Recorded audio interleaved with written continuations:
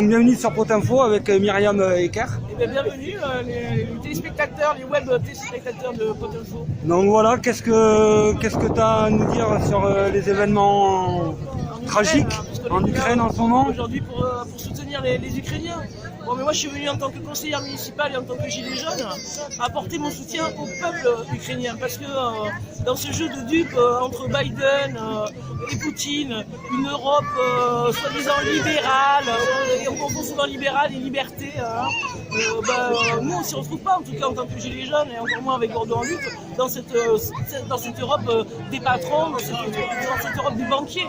Donc je ne pense pas que les Ukrainiens, le peuple ukrainien s'y retrouvera aussi comme nous, il ne retrouvera pas ni liberté ni démocratie telle que l'Europe est en train de se construire.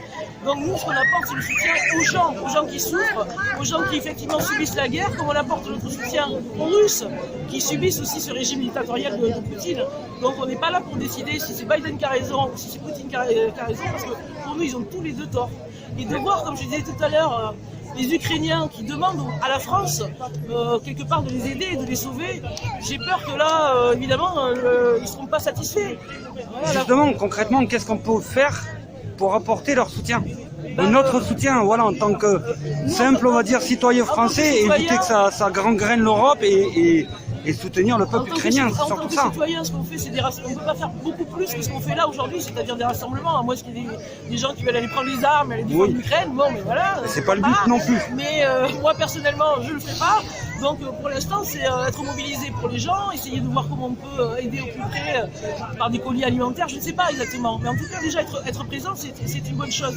Mais encore une fois, comme je le disais, demander à la France, qui est lui-même un État colonial, d'intervenir contre la Russie, en plus qui est quand même une puissance économique et militaire énorme. Non, il a beau rouler des mécaniques, Macron, il ne le fera pas. Voilà, on aurait bien voulu qu'il intervienne en Israël.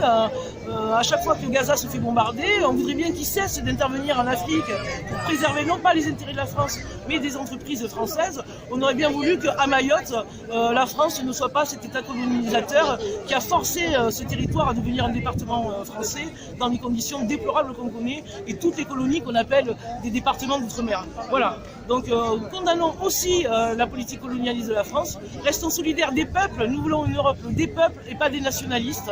Nous voulons une Europe pour les peuples et pas pour les banquiers. Voilà. Bon courage aux Ukrainiens. Merci beaucoup. Merci à vous.